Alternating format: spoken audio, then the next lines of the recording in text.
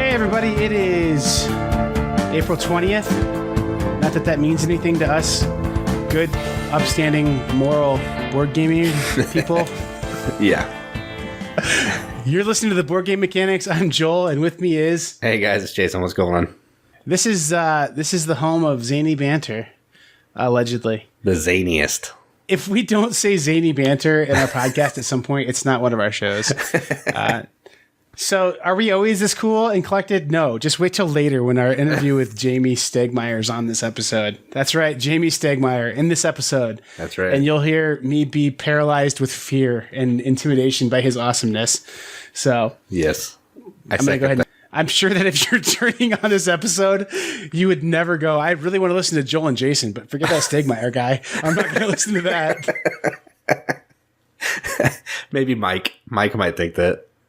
Yeah, our homeboy Mike, who's going to be on the show at some point. We're going to have him on here. Yeah, I agree. All right. So Jason, I want to say this real quick before we get into news. People out there, people of the Riveted, listen to my plea.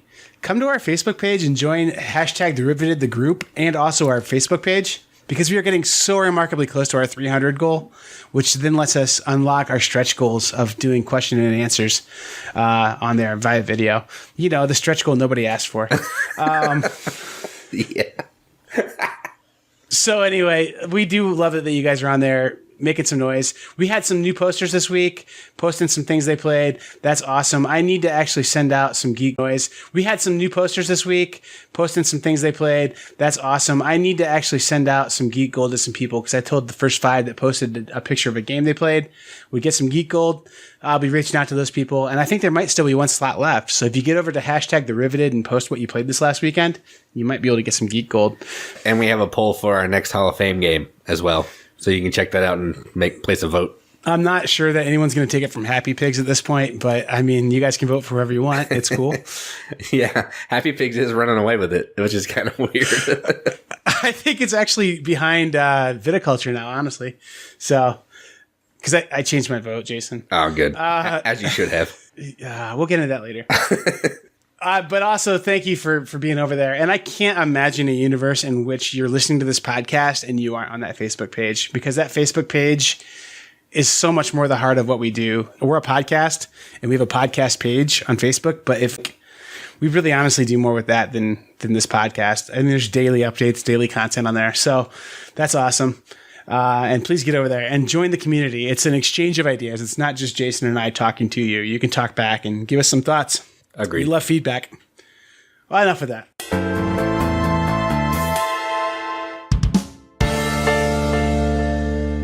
All right, so let's get into the news. I got like 3 things. I may leave some out. Who knows? First one is an expansion to a game that my wife really likes called Heart of Crown. And the expansion is Heart of Crown Fairy Garden. It's essentially, I think there's another princess, some more different kinds of cards. She just make it more random and more opportunities to have different kinds of cards when you play. I didn't even know that was on Kickstarter, and then I looked at it today, and there it was. 3 days left. Hooray. I sense the sarcasm. That's enough of that. This game's just never appealed to me. Tokens? Did it fund? Yes, like probably day 1, I would assume. I don't know. Cool. Also, the next thing is Village Pillage is back on Kickstarter. They upgraded it with some wooden turnip tokens, as opposed to just cardboard chits. And they changed it from $24 shipping included to $19 plus $5 shipping. And as of this recording, it's already funded, which is pretty exciting. So go check out that game. Throw some support behind it, either $1 or back the game. It's a really fun game that you should check out. In other news, I'm really tempted to hit the back this project button, as you are, Jason, to fund the primary. It just made it. Oh, nice. As I was recording this, the primary made its funding. That's amazing. Awesome. That is awesome. I think I'm going to back it anyway. It looks really cool. It really does. Yeah.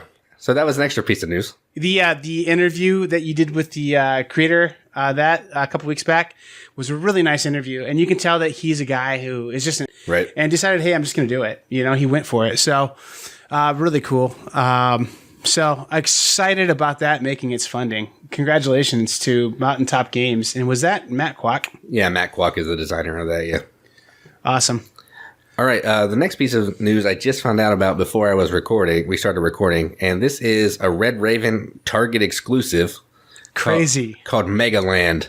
Crazy. Yeah, it is crazy. I looked into it a little bit, and it sounds like Incan Gold, kind of. It's like a push your luck type game, but you're going to take the treasure that you get out of whatever you're going into, and you're going to buy things with it. So I looked on the page, it said you could buy like a bowling alley or something.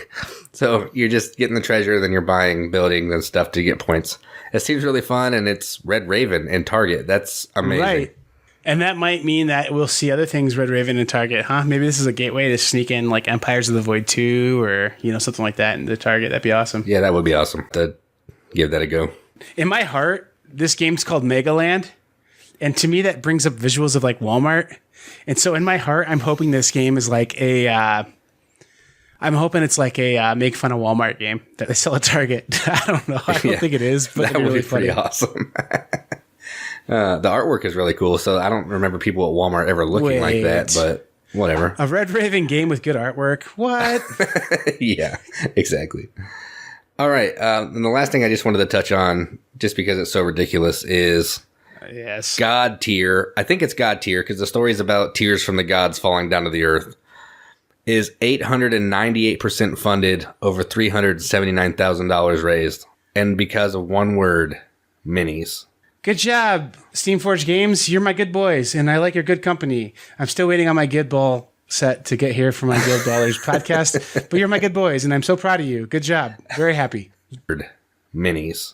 Good job, Steamforged Games. You're my good boys, and I like your good company. I'm still waiting on my Guild Ball set to get here for my Guild Ballers podcast, but you're my good boys, and I'm so proud of you. Good job. Very happy. And more pandering. So happy for the Godtear boys to make their Godtear goal. And I'm so happy for their ongoing success. Congratulations to you. All right, and moving on.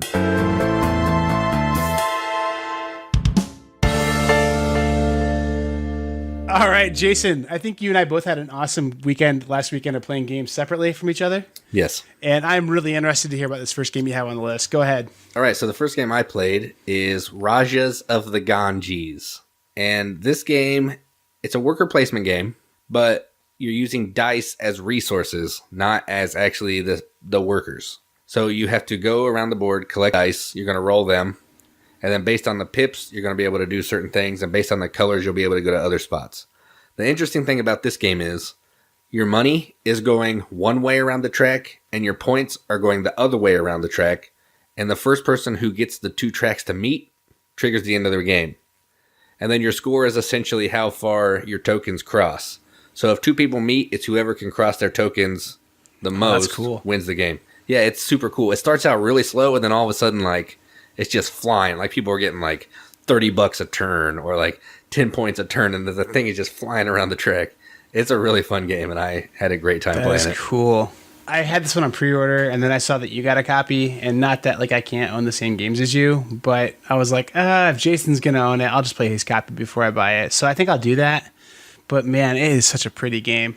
It really is. Yeah, we played it with my buddy Brandon and his wife, who we always play games with, and yeah, it's my buddy Brandon and his wife, who we always play games with, and yeah, it's so pretty to look at. The dice are really nice. They're good color. They're good quality. Yeah, it almost feels like it's like I don't know, who's the company that does like an Eagle Griffin style game, because it's that kind of components and stuff.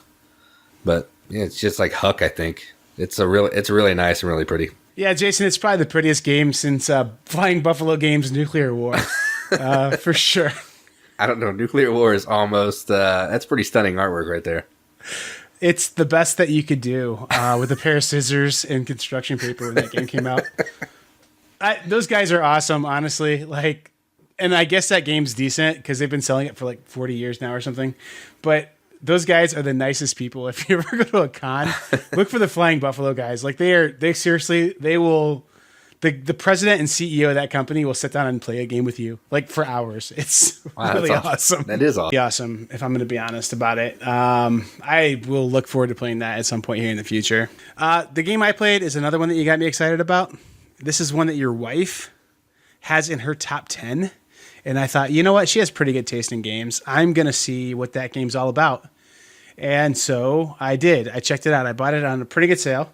And that game is Shakespeare. And I ended up playing it. And I kind of complained about the rulebook a little bit. And it's not bad at all. It's actually an awesome rulebook once you know how the game works to go look up rules. It's perfect. Yeah. But it's like they keep referencing stuff that you're like, what is the ambience track? Well, like, how do I know where to put this at? They're like, we'll just put it on the ambience track. But, and then you figure out what the ambience track is. And then you're like, oh, yeah, well, that makes sense. So I don't know. Yeah. It's an awesome game, though. You don't have the expansion, right? I don't. But like, I think I looked at the expansion. It's pretty inexpensive on Amazon. And I like this one enough that I probably end up picking it up, honestly. Expensive on Amazon. And I like this one enough that I probably end up picking it up, honestly. Yeah, the expansion is nice because it gives you something to do with the tokens that you use that you don't bid with. Yeah. So then you get to use all 5 of your tokens every time, which is pretty nice. It's just like a deck of cards, but it adds a whole ton to the game, which is pretty amazing. Your wife said it makes the jeweler more useful too, which I felt like the jeweler was pretty important to own. But then I was like, well, what if you don't get a chance to jump on some of those yellows? You know what I mean? Right. So yeah. It can get less important if everybody has a jeweler and there's one piece of gold. Right. Yeah. So those who haven't played Shakespeare, there's one character that is able to get these like wild card tokens / costume tokens that are jewelry, I guess. And that's the only way you can get them is if you have a jeweler. Well, it's like one of those things of you have to pay enough attention to the jeweler or else you'll like lose out. But at the same time, you can't build a strategy around it, you know? So, right. I don't know. It was a really cool game though. Just loved how it was like you keep adding like worker placements to your board. And it was just like, so, you know, we're going to have the interview with Jamey on here in a little bit. If someone told me it was one of their games, if it was a Stegmaier game, I would believe them because it has that same like elegant, everything just feeds into each other so nicely and smoothly kind of thing as that game has, as Jamey's games have. I mean, it's just everything goes together so well. All the different little modules and just, I don't know. It's so clean. Like the game is just, I don't know what else to call it except for just a clean design. And it's your classic for sure. I talk about this all the time on this show.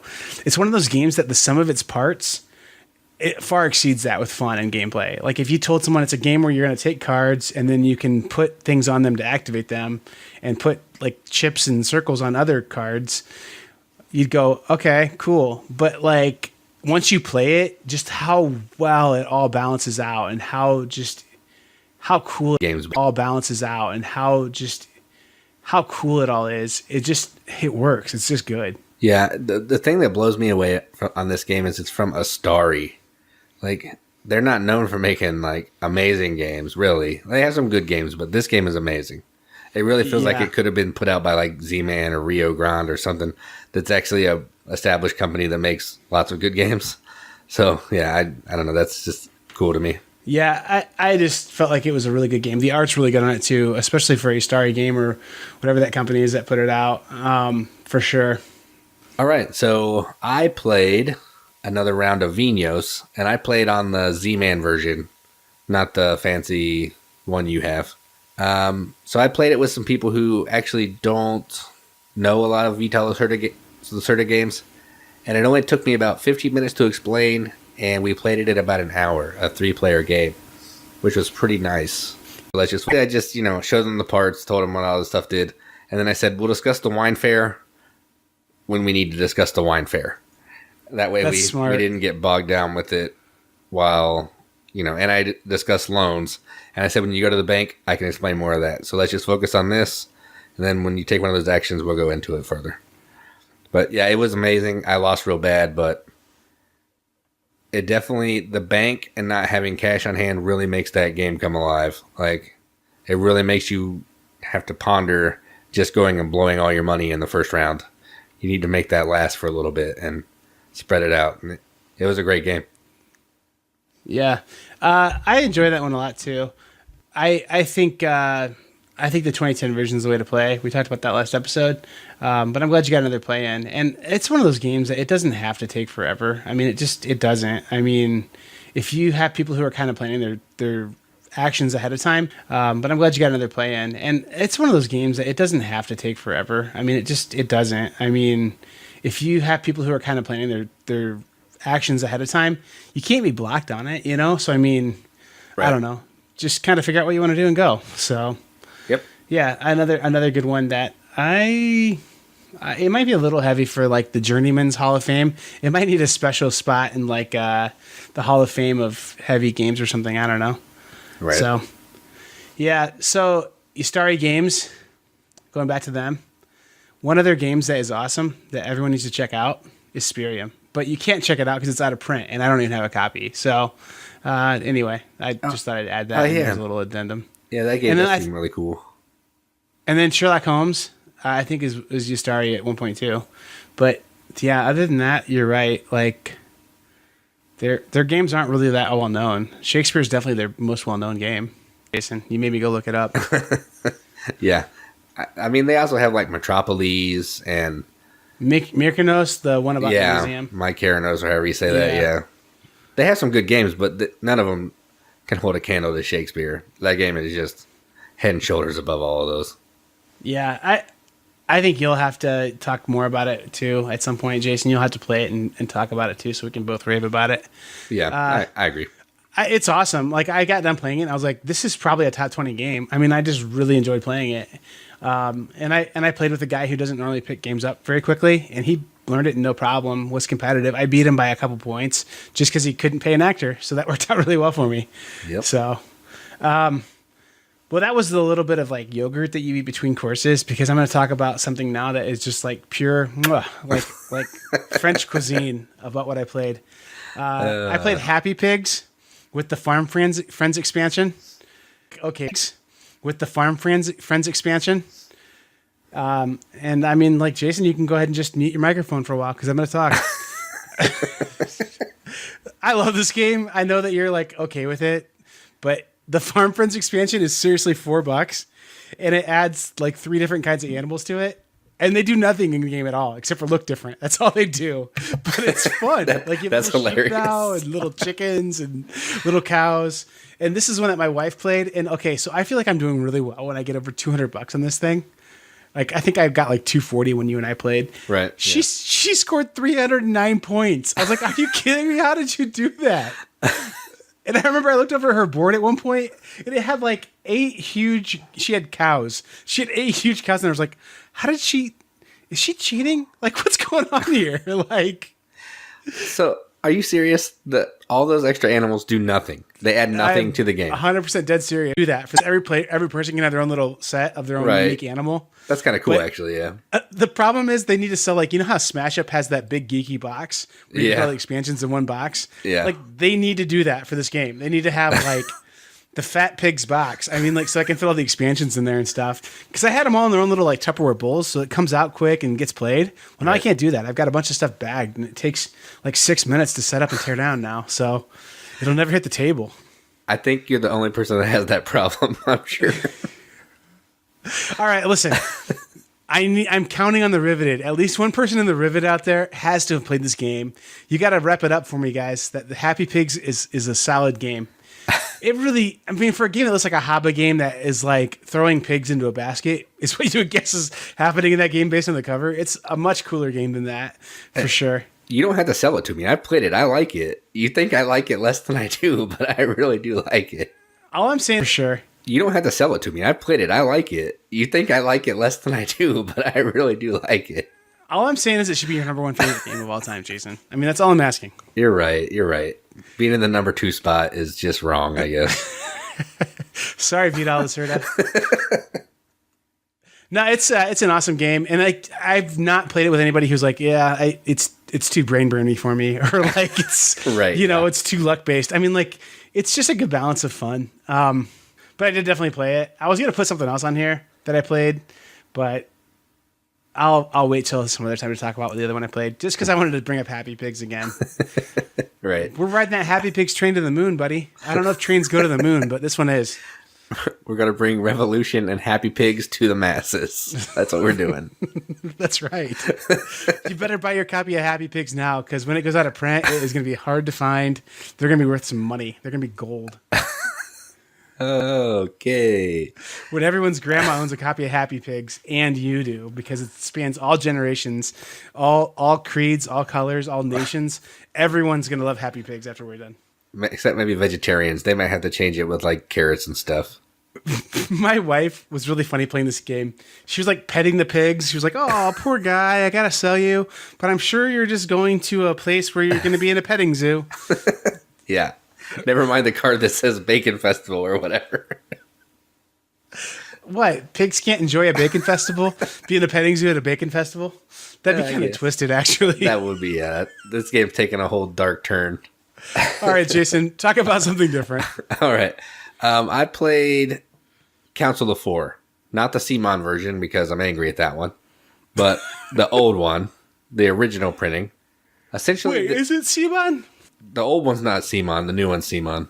Is it? I thought it was... I mean, they do the same thing as Asmodee with that MAPP pricing, but yeah, that's neither here nor there. So Council of Four, basically what you're trying to do here is you're trying to be the first person to get all of your buildings out on the map.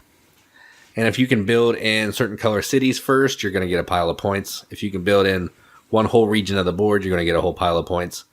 And every time you build a city on the board, it triggers all other bonuses of adjacent cities.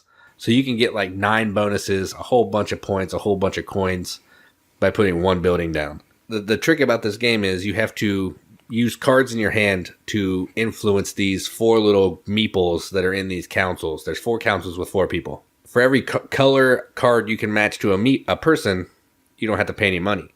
But sometimes you're only going to be able to play 2 cards, you're going to pay a pile of cash. Sometimes you can only play 1 card, you're going to pay even more cash because you really need a permit to build in that city. And man, it's a simple game, but there are tons of decisions to be made, and it is a brain-burning game, way brain-burnier than I thought it would be. It sounds like Ticket to Council of Suburbia. It actually feels like Ticket to Kingdom Builder almost, but it makes Kingdom Builder feel like a game instead of just a waste of time. So imagine if Kingdom Builder was good, and then you throw in the Ticket to Ride card mechanic, you would have some Council of Four. But Council of Four is way better than that, but that sums it up a little bit. This is the second time you've called a game Kingdom Builder, but good, which tells me Kingdom Builder haunts you. Like, it haunts you and how bad it is. It does. Like, I don't know why I hate that game so much. I usually don't hate games, but man, that game is just like, it's sticking in my head how bad it is. Yeah, you're right. I don't know. Okay, like, Donald X, just go ahead and hit the skip 30 seconds part right now. Because I'd like to have you on the show at some point, but just hit the... Because I'd like... It's sticking in my head how bad it is. Yeah, you're right. I don't know. Okay, like, Donald X, just go ahead and hit the skip 30 seconds part right now. Because I'd like to have you on the show at some point, but just hit the skip 30 seconds part. Like, everything about that game is just bad. Like, the art is bad. It really is. It's just, everything is bad on it. I don't... Yeah. It's not good, man. I wonder if he, like, is, like, embarrassed of it, or if he's like, that's my baby. I love that game. I don't know. Like, I don't really like Dominion, but Dominion is like 1 billion times better than Kingdom Builder. I agree. Way builder. It's been 30 seconds. Donald's back with us. And right. That's why I love Kingdom Builder so much. Yes, it's so good. So good. All right. Anything more on Council of Four, Jason? No, I'll have to let you play it because I think you'll really enjoy it. It doesn't take really long, and it's just super fun. It's a fun, like, route building game, and I enjoyed it a lot. Yeah, it looks cool. Points. I finally got to play this game. I have been on like a month-long journey to get a copy and play it. And it, like, usually when you hype a game up that much, or you're that like, oh, I got to play this game, it disappoints you. This one did not at all whatsoever. This game was absolutely everything I wanted it to be. It is amazing. I love this game. It's today, the day we're recording. 4/16/2018. I just let you guys know how the sausage is made. We record on like a few days before we publish, so now you know that. But today on 4/16/2018, this game is my favorite game. Like, I would, if you asked me to play any game right now, I would play it. It is so good. It gets comparisons to Agricola. And I guess I understand that a little bit, but it's not Agricola really at all. When I saw your picture, it looked like Agricola. It's that green board, I'm sure of it. Yeah. But it's just an awesome game. I don't know. And then you produce beer and try and get enough money in your first year that you can pay all your workers and pay your rent. And then the next year you're like, I'm going to try and upgrade a couple things, and see if I can make it a little better. And I ended up beating my son by like 2 points. Just such a good little game. It's so fun. You have all these different beer recipes out there you can make. And if you're the first person to make that kind of beer, you get bonuses. You can upgrade your facilities to have like a brew pub in there. So like a brew pub lets you brew more beers and sell them directly to the public instead of having to bottle them. And just so many cool things. If you eventually get enough prestige as a beer producing factory or a pub, microbrewery, you can do like a tour, like do tours inside your place and get extra prestige for all the different kinds of beers you make. If you do like tasting tours, just so cool. And the thing about it too, I've read enough about it because I've been obsessed about this game for a while, that people who own like microbreweries have a copy of this back. Kinds of beers you make if you do like tasting tours, just so cool. And the thing about it too, I've read enough about it because I've been obsessed about this game for a while, that people who own like microbreweries have a copy of this game in the back to play with people, because it's like remarkably accurate to how it really is to run a microbrew, like microbrewing facility. Just a really fun game, and it really does feel like you're like running an industry. It feels like you're running a brewery. It's just really fun how you have to balance all your money and then like your ingredients, but then to store enough ingredients you have to build more storage. I mean, just such a cool game. It feels like any really good sim game you'd play on a computer. It just has that like feel of just expanding and creating something that you're really proud of and love. And it's not long. It's pretty short. There's only, I want to say like 16 turns. So really cool. Yeah, that's crazy. I was just looking this up and that's crazy. I didn't know they did games bigger than like the little tiny boxes. Well, they had to come out with a travel edition of this game too, which they definitely did. Like they have a little travel edition. So that's crazy. It's a really good game. And the other thing too is you can get a first edition game of it, a copy of it, really cheap. The only difference about first edition and second edition is a sticker that you can buy from Dice Hate Me Games for 95 cents. And then it upgrades your game. So, I mean, I don't know if people don't know that or if they don't go through the hassle of ordering the sticker. Right. But it upgrades your game. And then actually you get the advanced variant built into it, because the original first edition, is a more punishing version of the game. It's a little tighter. And then they changed a couple little rules to make it a little bit easier on people. But it's just such a good game. There's these experts you can get too that give you player powers. There's local parties, like coffee-based beers and just all kinds of cool stuff in that game. Next time we get together, we'll have to play this and Rogers of the Ganges, and we can see all the good stuff that we talked about today. Yeah, and I want to play Council of Four too. Oh yeah, that's a good game. I played that 2 days in a row. It's that good. And then we'll have to do what we always do when we get together to play games. We'll have to dedicate our 4 hours in the middle for Kingdom Builder, because we love that game so much. We'll do our Kingdom Builder time and play all the kingdoms and build them. So like we love to do. Only if we can use all the expansions this time. Yes, the big box. Donald, go ahead and hit the skip 30 seconds button again for me. Thanks, bud. We're lying. We don't actually do that. It's... Again, not a very good game. We don't like it. We'd probably rather play, I don't know, Munchkin or something. Right. That's a good question. Would you rather play Munchkin or Kingdom Builder? Munchkin, for sure. I think so too. Hands down. All right, 30 seconds. And that's why we love Kingdom Builder still. I really wish my copy wasn't so worn out. All that shuffling from your hand of card. Oh, yes, my hand of card does get handled a lot. Oh, man. All right. Well, that's all. I mean, I did play a couple other things, but I'm not going to mention those this show, just in case I don't get something played this weekend. I'll pretend like I played it last weekend. Right, yeah. Me too. Actually, I'm going to have an amazing gaming weekend because my wife is gone all day on Saturday, and so that means I get to be Wearing the sweatpants, playing the board games all day. True unhygienic gamer style. That's awesome. That's the dream right there, the American dream. It is. Ordering a hoagie. That's the dream right there, the American dream. It is. Ordering a hoagie from the Walmarts the night before so I can have a big hoagie there for all of us to, in our sweatpants, enjoy a hoagie and play some games. Oh, yes. Oh, yes. Look for pictures of the hoagie on 421 on Facebook.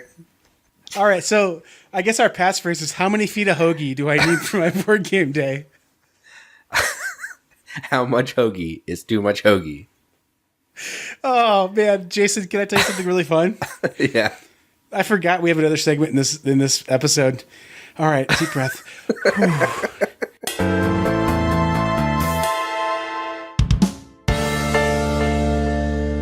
All right, guys, we got a chance to sit down with Jamey Stegmaier of Stegmaier Games and ask him about Kickstarter and some of the things that he loves about Kickstarter.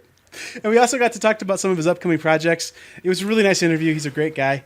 Hey, guys, what's going on? It's Jason, and with me is... I'm Joel, and we have a very special guest today. Yes, and that special guest is Mr. Jamey Stegmaier. Hey, guys. Thanks for having me. Hey. So, Jamey, I don't know if you've listened to our show a lot, but we're really into like gotcha journalism, and so we're really going to try and pressure you about My Little Scythe. My Little Scythe. What is that? Right. I've done the private investigation work on that. I'm on to you. So anyway, I know you have to refrain from comment probably on that for now, but I don't have any daughters, but someone on this line does, and I'm sure they're pretty excited about that. So I would totally play My Little Scythe way before I play regular Scythe because My Little Pony is awesome. Well, for listeners who don't understand, maybe we should tell them, like, My Little Scythe is not actually a Stegmaier thing. It's a print and play game that was put out almost a year ago now by a designer, a fan of Scythe who wanted to play a fan of Scythe who wanted to play it with his daughter. And so he made a print and play that ended up winning like the Golden Geek print and play award last year. And I played it. It's really, really cool. But I did talk to Hasbro about it a while ago, and they were not willing to use the My Little Pony theme. So unfortunately, that didn't work out. Yeah, your components for Scythe are too good for Hasbro, I think. Their response was actually, they said, we're interested in making toys, but not games, which I thought was really interesting because Hasbro does make games, but they talked specifically about toys in their response to that. Maybe that's just for My Little Pony. Doesn't Hasbro own WotC? Like Wizards of the Coast? I don't know. Yeah, maybe. Oh yeah. Maybe that's wild. It must have just been for My Little Pony. Maybe I read that out of context. Yeah. Well, hey, we had you on here to have a real talk, I guess. I guess what we kind of want to have a real talk, I guess. I guess what we kind of want to talk about, Jamey, with you is I think we're just really curious. You've kind of become an icon in the board gaming community. You've become kind of our diplomat. It's like you and Will Wheaton almost. I don't know. So at any rate, I just kind of want to get a little of your story for some people who might not know it. You're kind of a pioneer on Kickstarter. And I'm just kind of curious about your story on that. So do you want to just kind of tell us your story? I know Viticulture, I think, was your first board game that you did on Kickstarter. Just kind of talk through what the decision was to go that route. And had you explored other avenues before Kickstarter? Yeah, sure. I learned about Kickstarter really, really early on. I think there was an article in the New York Times right around when they launched. And right away I was like, that is fascinating. Like, I love the idea that they're removing gatekeepers. They're putting the power in the hands of people, and they give creators the potential to make anything, and have relationships with their customers. Like every single one of their customers, they can know their names. So I was just fascinated by that. And a few years later, I started to see some board game projects on Kickstarter. And one of my lifetime hobbies has been playing and designing board games. So I was like, I have this fascination with Kickstarter and board games, so I'll try to combine them. And that's when I started working on Viticulture. Is Viticulture the first game, your first design? I've designed, well, in a way. I mean, I've designed games since I was a little kid, but usually, like, when I say design that way, it means that I made like one prototype of a game and played it once or twice, and that was it. Which I now know as an adult that's like just the tip of the iceberg of the design process. But as an 8-year-old, that felt pretty good. But yeah, Viticulture is the first game that I designed fully from start to finish. Nice. The other thing is 8-year-old imagination and memory. So you did do Viticulture, and that was a pretty successful Kickstarter. And then I think you did all your projects except for Charterstone on Kickstarter, it seems. Yeah, most of our new, I say our, so I co-founded with Viticulture. I co-founded a company called Stegmaier Games with my co-founder and business partner Alan. Most of our products, our new releases were on Kickstarter. Our reprints weren't, but our first print run was leading up through Scythe. So Scythe was the last one. Scythe was the seventh. Scythe raised the most money. I think Scythe has been really special for our company. And that was in November of 2015. And since then, and soon after that, I kind of decided that would be my last Kickstarter. So since then, I moved away from the platform as a creator, but I'm still very active in terms of my fascination with the platform and what I can learn from other creators. Active in terms of my fascination with the platform and what I can learn from other creators who use it, as well as a backer. I back tons of stuff on Kickstarter. And for listeners who haven't read Jamey's blog, he has some really excellent material there about if you're thinking about doing a Kickstarter. I think that's one of the preeminent places to go and kind of get information. You have a really great blog, really transparent with your thinking about Kickstarter. I really appreciate reading through some of those things. In particular, the one where you said why I decided to quit Kickstarter, where you talk about some of the pressure and some of the things that have to do with distribution and challenges that you do face in Kickstarter. And I think that's a really neat blog entry just because it shows people who are thinking, hey, I've got this foam core board with some like Sharpie on it. I think I'm going to do a Kickstarter, to really understand that there's a lot that goes into a Kickstarter. Oh yeah. Yeah. I'm glad that was a kind of a vulnerable entry to share because I went into some mistakes that I made and some basically some fears that I had about running a future Kickstarter. And those fears were also risks that I just wanted to mitigate by using distribution instead of sending games to thousands of people worldwide. Right. So can we talk for a second here about the direction Kickstarter has gone? I know that in the early days of Kickstarter, we saw things like Alien Frontiers and Viticulture come out that were from unknown designers at the time. And they kind of launched you guys and gave you a place to send some games into, the atmosphere. And that I think was, the original spirit of Kickstarter for sure.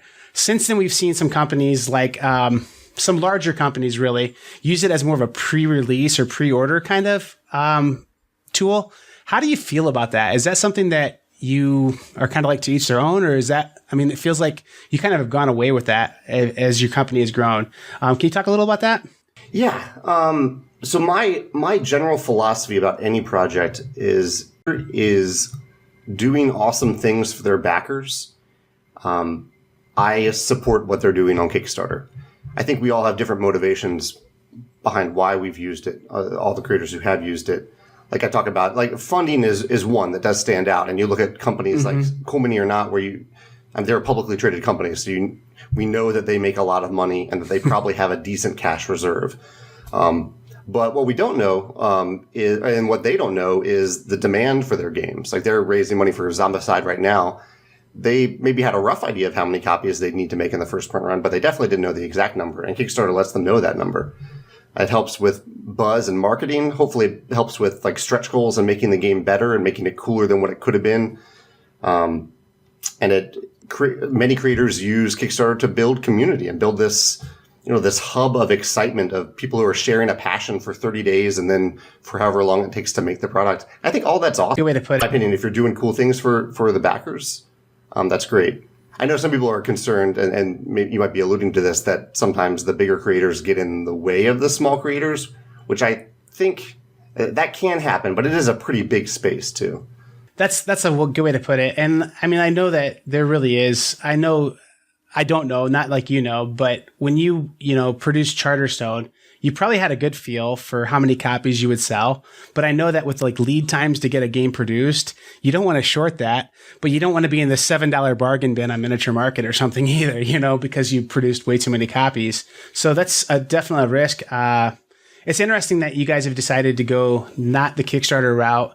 It seems like it's a brave move to go the direction you are going. A wise move, though, probably, because I think it definitely creates a level of legitimacy for Stegmaier Games that you guys absolutely deserve. Being an independent publisher who like funds your own projects. So very cool.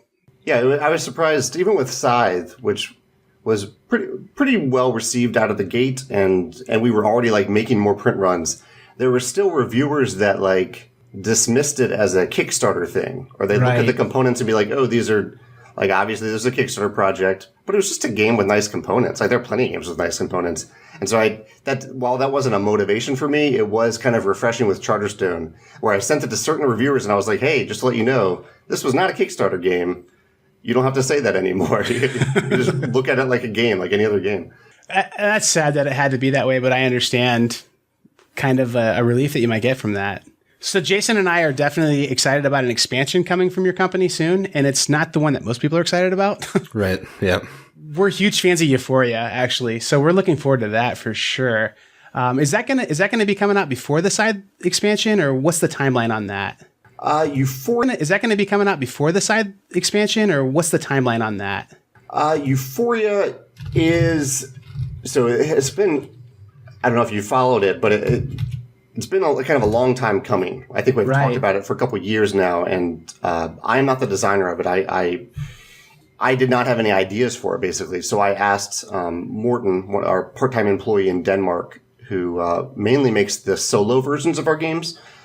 But he wanted the challenge of making a solo version of Euphoria, and I said, well, while you're doing that, why don't you also make an expansion for it? So he's been working on that for a long time. Right now, we are doing the art for it. The original artist, Jackie Davis, is working on the art. And it has evolved. It was different things at different times, but it has evolved into mostly just like a more stuff expansion. More recruits, more markets. And there's a few additional things, but we tried out like a more sweeping expansion that included a lot of new mechanisms. And we did a whole wave of blind playtesting, and after that we were like, it's just not working. Let's just make more good stuff for people who already like the game. I'm fine with that. Jason, I'm sure you are too. Yes. Yeah, I just got my copy today and I opened it. I was like, man, this could use for some more stuff. That would be awesome to have some more stuff. Yeah. No, excellent. And then it feels like when I've been reading about the upcoming Scythe expansion, it feels a little bit like you got your Tuscany expansion. I mean, like they're akin to each other almost. That you talk about modules and not really, I mean, I guess not legacy gameplay, but how you kind of unpack it the same way they originally how we did Tuscany. I don't know. It feels the same to me. I know they're probably not the same. Do you think that expansion might do some of the same things that Tuscany did for viticulture? I think you're the first one to notice that. I didn't even think about that, but subconsciously, I bet it did have an impact because, like you said, like the original is some things that I learned from Charterstone, and it's the campaign portion. So you can run it as an 8-game campaign that you can do over and over again. It does have elements of discovery, so there are spoilers in it, but I will be pretty open about what they are. Unlike in Charterstone, like where I like hit everything, this will not be that. But for people who don't want to try to play the campaign, sometimes that's difficult for people to find the same group to play something 8 different times, You can just mix in those modules however you want. And I'm kind of looking forward to seeing how people do mix and match those modules and which ones they have the most fun with. I think that you're just an awesome diplomat for the board gaming community, and I really hope that this expansion just takes off for you. I know it has a lot of interest in it for sure right now. My own personal story, my own evidence for how awesome you are as a designer is I played Charterstone wrong the first time I played it a little bit. And so I jumped on the Facebook page and said, hey, I screwed this rule up. What can I do? Expecting just somebody to answer. And I think it was actually you that jumped on. He said, oh, no worries. Just do this thing. And the time I played it a little bit. And so I jumped on the Facebook page and said, hey, I screwed this rule up. What can I do? Expecting just somebody to answer. And I think it was actually you that jumped on. He said, oh, no worries. Just do this thing. And I was like, cool. I didn't expect that. But so I've determined that you must have like either like a really good espresso machine or something at home to like stay awake all the time or something. But your reputation is stellar for just being available and being an awesome diplomat for what you do. And I really hope that you have a lot of great things coming out. Is there anything that you want to talk about that's an upcoming project that we haven't touched on? Well, we're kind of on the topic of expansions. The thing that's coming out the nearest in the future is the visit from the Rhine Valley viticulture expansion, Yeah. It's a small box expansion. It's definitely not the size of Fenris or probably even the size of Euphoria. But I think it'll add, for people who love viticulture and they want to try out a whole new set of visitor cards that replace the original visitor cards, they can give that a try. I've played that like 40 times. It feels like it. Like it's like 15 times already this year. I love that game. That's the only game that I'll sit down and play solo and just enjoy it. I mean, and the Automa just kicks my butt every time for some reason. I feel like a bad player because of it, but it just does. I think that's my favorite Automa. I design the multiplayer stuff. I don't always know Automa all that well, but that one is so streamlined. I think anyone can learn the viticulture Automa. It feels like you're playing an app. I mean, it's not fiddly at all, where a lot of times when you play a solo game, you feel like you're doing 3 people's worth of work to make it work. And that one doesn't feel that way at all. My favorite part is when I flip a card and I don't have to put any workers out. That's amazing. Feels like you're cheating a little. Yeah. Well, I'll tell you, my number one game, I did my top 100 games back in November, and Scythe was my number one favorite, and Viticulture was, I think, top 20 as well. So I'm a really big fan of your work. Euphoria is a top 50 game for me also. You do worker placement as well as anybody, and I think it's hilarious. I'm going to just mock the people who say this because there's no merit at all in this. When people on like Reddit or the Facebook groups go, Jamey's a great diplomat for board games, but he's an okay designer. I'm like, are you kidding me?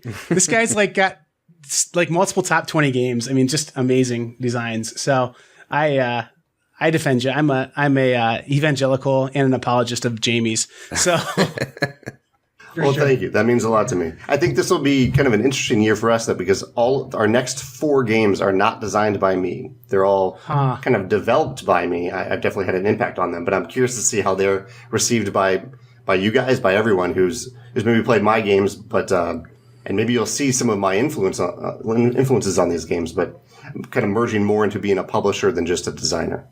Yeah, I was gonna ask about that because Between Two Cities was not designed by you, correct? That's right. Yeah, that was our first attempt at publishing a game not designed by me. Well, JB, I think we got to ask you some of the like typical questions you ask people. Jason's got down one here. What are you playing right now? Well, I played a game for the first time the other day that I've never played before. I'm curious to hear you guys' thoughts on it if you played it. I played Twilight Imperium 4 on Sunday. Have you played that? I haven't. Yeah, Jason's allergic to space.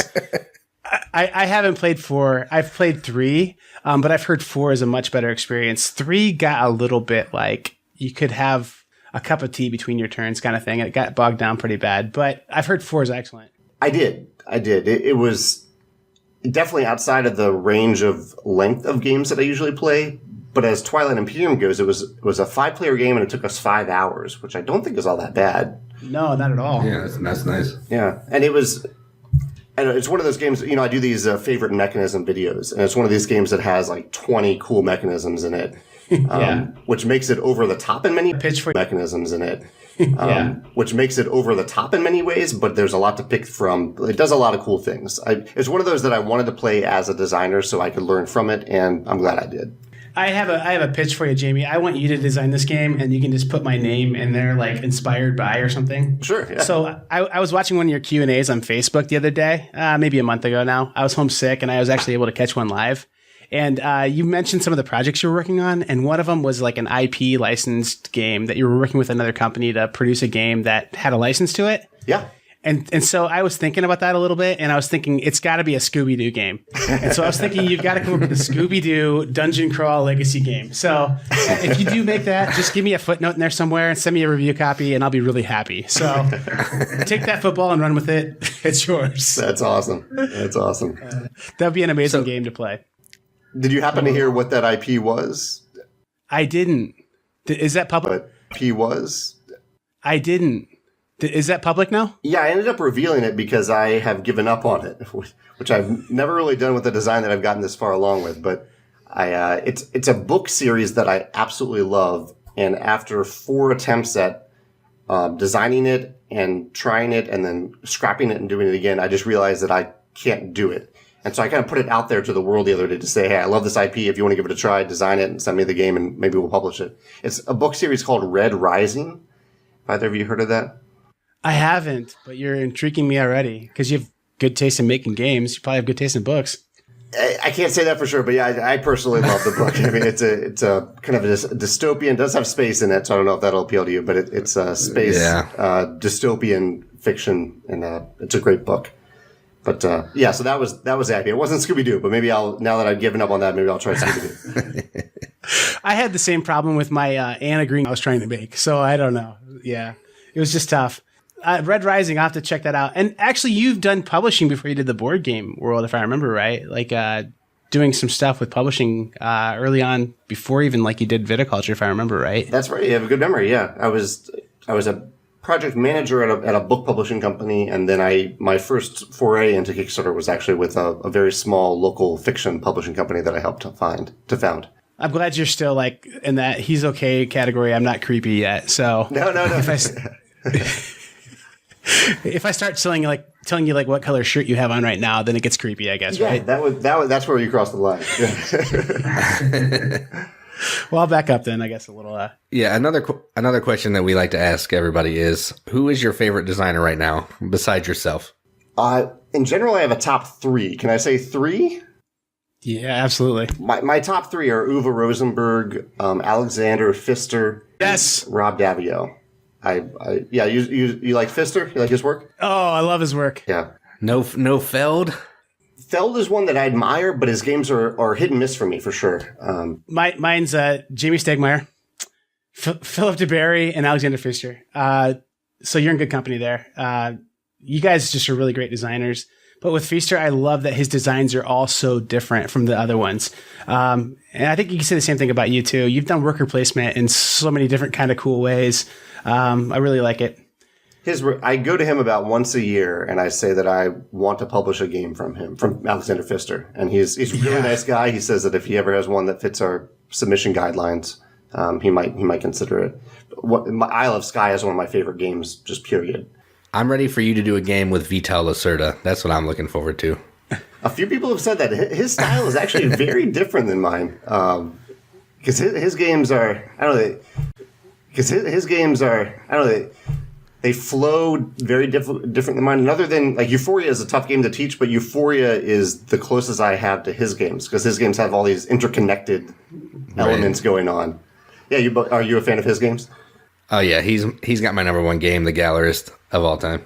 But you both have a game about wine, so it seems like the connection is already there. It's working. I can see it. I mean, it's a vastly inferior game to viticulture, obviously, but they're different. Very much so. Yeah, I would never, ever try and play Vinhos with my dad, but my dad's played viticulture with me and loved it. So yeah, I would agree. Yeah, for sure. Jamey, anything you want to mention or anything you want to ask us? Well, you guys asked me what I was playing recently. I'd love to hear what you're playing. Did you get to play anything this past weekend? Yeah, actually I did. We live about 200 miles from each other. We're Midwest guys too. But we get together in like a central location and try and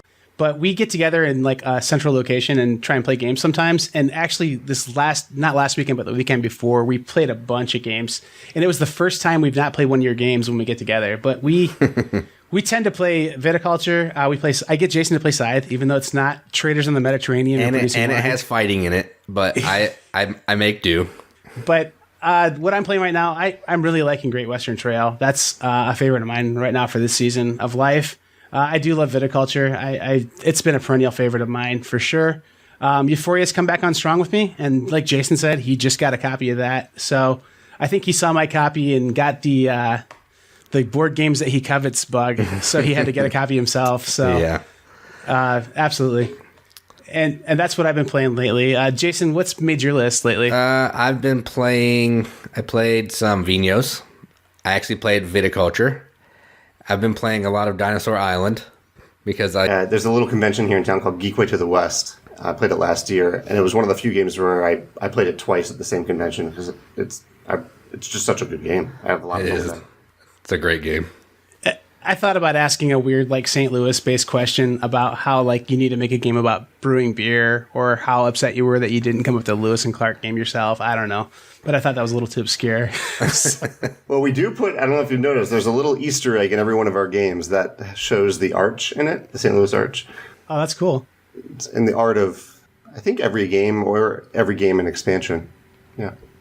My wife and I love to go to St. Louis. It's a great town, and I'm not sure if this will make it on the podcast or not, but it is. It's just a great town. We always stay at the Round Hotel. I think they tore it down now, but the circular hotel that's right by the arch there. Yeah, I don't remember the name of it, but anyway, I love that place. Go to the Grant's Farm and the zoo and all the cool stuff there. So, do you have a go-to restaurant? That's right by the arch there. Yeah, I don't remember the name of it, but anyway, I love that place. Go to the Grant's Farm and the zoo and all the cool stuff there. So, do you have a go-to restaurant when you're in town? Emo's. I know that's like, no, I know that's not really a nice sit-down place, but we definitely get pizza at Emo's at some point when we're there. No, what's your suggestion? Depends on the food. I have like a long list of things that I recommend depending on what like. Who makes the best pad thai in St. Louis? Best pad thai. I'd say probably Thai Country Kitchen or maybe The King and I. They're both very good. And there's a great Thai restaurant called Fork and Sticks. I was just there yesterday. They have some very good Thai dishes, but their pad thai I would not say is the best. So do you want to start a cuisine podcast with us, Jamey? I mean, we'd love to have you. I could easily talk about St. Louis food or food in general for quite a while. Hey, well, thanks for your time, Jamey. We really appreciate it. Again, Jamey Stegmaier, we really appreciate you. And look for his upcoming expansions coming out this summer. And all of his games. You know him from Scythe, Viticulture, a number of things. Jamey, thanks for your time, and also thank you for being such a great diplomat for the board gaming community, being such a friendly guy, making the games so accessible, and really being somebody that we can be proud of in the board gaming community to be welcoming and helpful to all. That means a lot to me. I really appreciate that. I kind of beat up myself for those times where I am not that, so it's nice to hear that that people see that, and I'll try to be more of that all the time.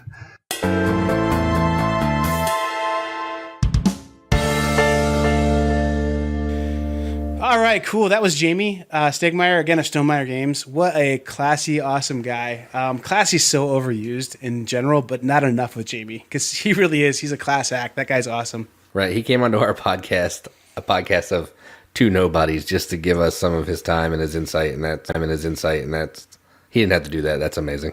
Right. Like a podcast where people repeatedly put in the comments, was Joel and Peyote that episode?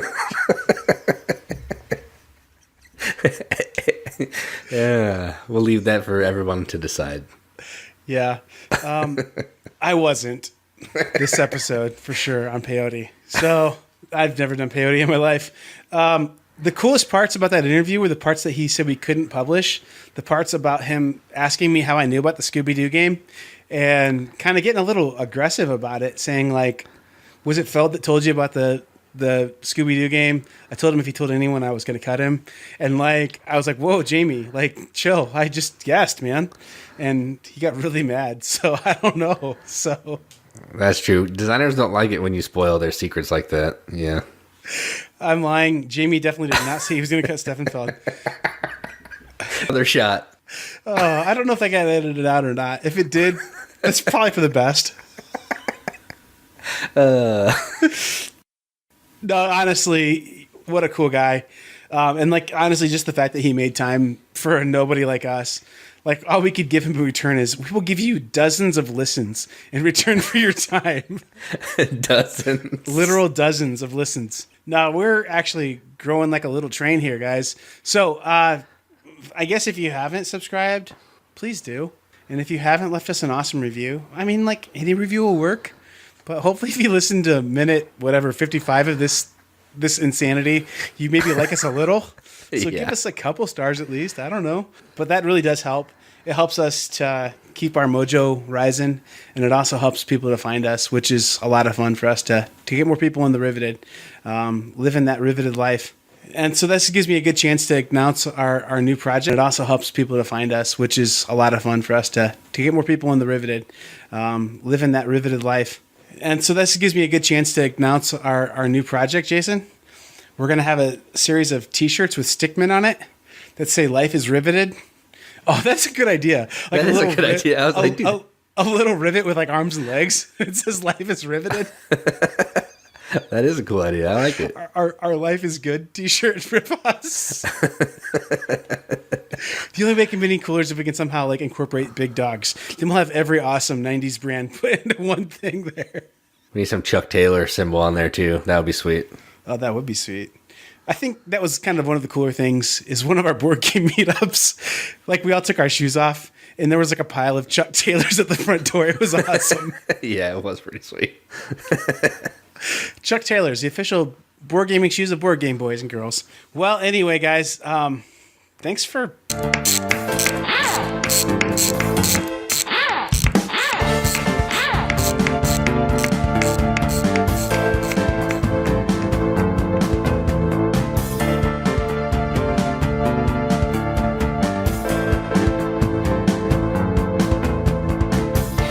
Be our most like true to selves episode of the podcast, probably. I like when the episodes are ridiculous because I feel like that gives people something different to listen to. I like it. Oh, I agree too. I think it's just like we don't take things seriously at all. Like we're this stupid like sketch comedy show of podcasts of board games. All right, so there's gonna be a lot of editing to do.